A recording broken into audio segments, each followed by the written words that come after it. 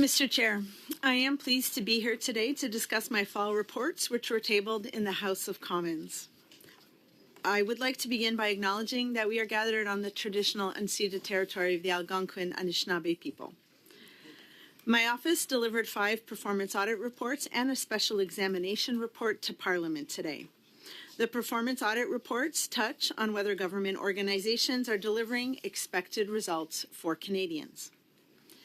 Qu'il s'agisse de gérer des programmes pour les personnes âgées, whether managing programs for seniors or youth, or supporting the economy through benefits or loan programs, or improving access to secure online services for everyone, government organizations should be diligent and transparent in their management of tax dollars. Dans notre premier audit, in our first audit, we looked at whether Innovation, Science and Economic Development Canada implemented the Industrial and Technological Benefits Policy so that its objectives were met. The policy requires that companies who are awarded defense contracts also invest in Canada for an equal amount. During the period we audited, it applied to 99 procurements, totaling at least $39 billion. Overall, we found that the department could not demonstrate that the policy met its objectives. The department had not established clear rules and guidance for applying the policy, which led to inconsistencies. Of eligible procurements over $100 million, we found 2 in which the contractor's commitments were below 100% of the contract value, and 8 that included no obligations at all. We also found that the department lacked effective ways to measure the policy's economic benefits and the creation of jobs, and that it did not track the potential impacts of the policy on defense procurement. Étant donné l'ampleur des obligations que la politique... Given the extent of obligations for contractors under the Industrial and Technological Benefits Policy, it is important that Innovation, Science and Economic Development Canada has effective ways to show whether the policy contributes to jobs, innovation, and economic growth. Our next audit examined the Treasury Board of Canada Secretariat's efforts to lead the development of a national approach for digitally validating a person's identity.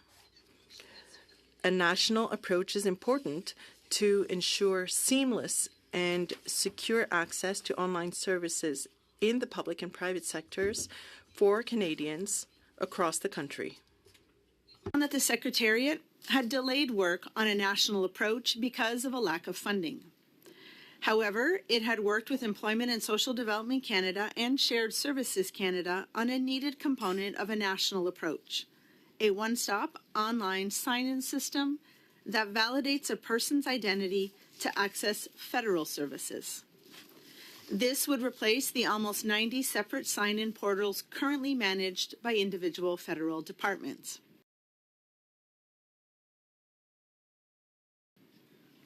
Some provinces and territories have begun implementing their own identity and access management programs. This means that digital access across levels of government is evolving without common parameters or guidance.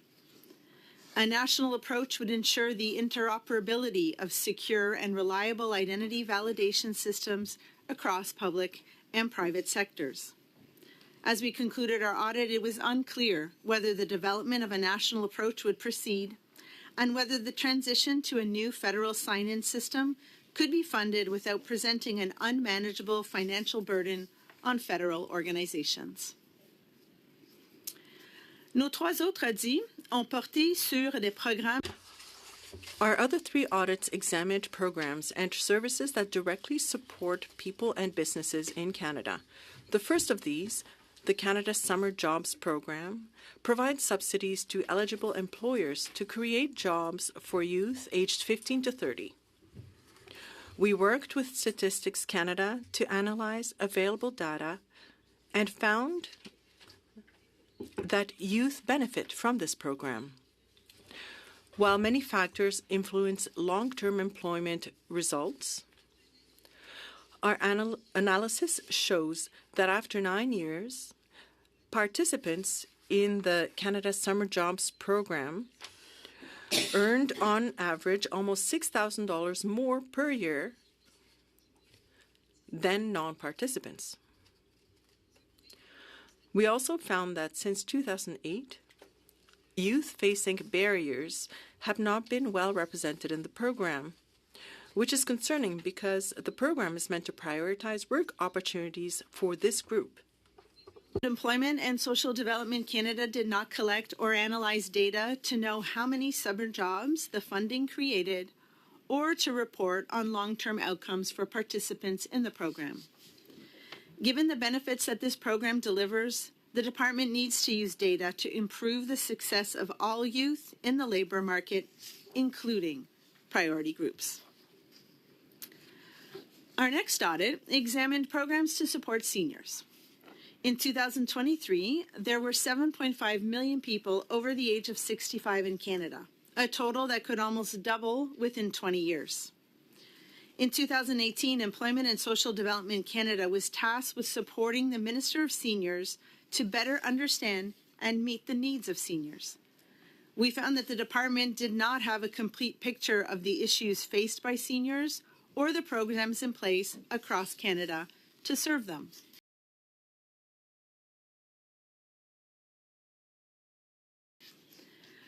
Le programme de la sécurité de la vie. The Old Age Security Program is meant to strengthen seniors' income security. We found that the department could not show whether the basic level of payment under the program was sufficient to support seniors' financial needs. Although old age security payments are regularly adjusted for inflation by using the Consumer Price Index, the department could not show whether seniors faced a different level of inflation than Canadians in general. We also found that the department had not set itself up to successfully measure outcomes under the New Horizons for Seniors program. The department relied on information in applications to measure the impact of the program without knowing the needs of seniors. Notre dernier audit. Our final audit examined the Canada Emergency Business Account Program, or CEBA. This program was put in place during the COVID-19 pandemic to help small Canadian businesses cover expenses they could not defer. EDC acted quickly to provide $49.1 billion in loans to help almost 900,000 small businesses across Canada. However, the program was not managed with due regard for value for money. We found significant weaknesses in EDC's contract management. It relied on a single vendor, Accenture, to deliver the program. The non-competitive contracts awarded to Accenture represented 92% of the total value of $342 million in contracts related to the CEBA program. EDC gave too much control to Accenture over key aspects of contracts, such as the scope of work and pricing. EDC failed to exercise basic controls in contract management, such as monitoring whether amounts paid aligned with the work performed.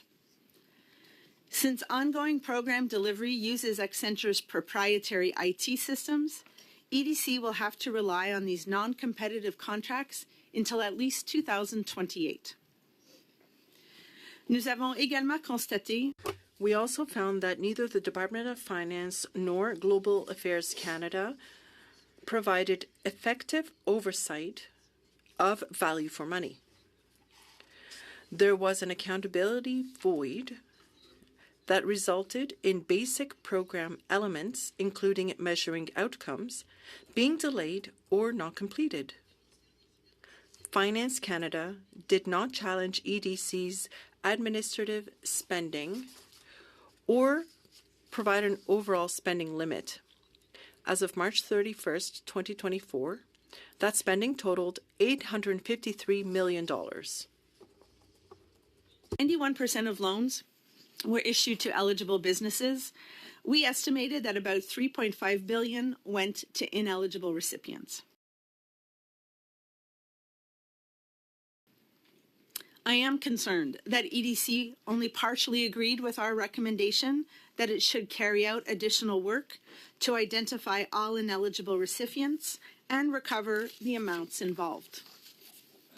Unlike other COVID-19 programs, CEBA is a loan program with repayments that will be ongoing for several years, while action on defaulted loans is just beginning. Value for money will be further compromised without better monitoring and improved plans to recover on defaulted loans. Mr. Chair, this concludes my opening remarks. We are now pleased to answer any questions committee members may have. Thank you.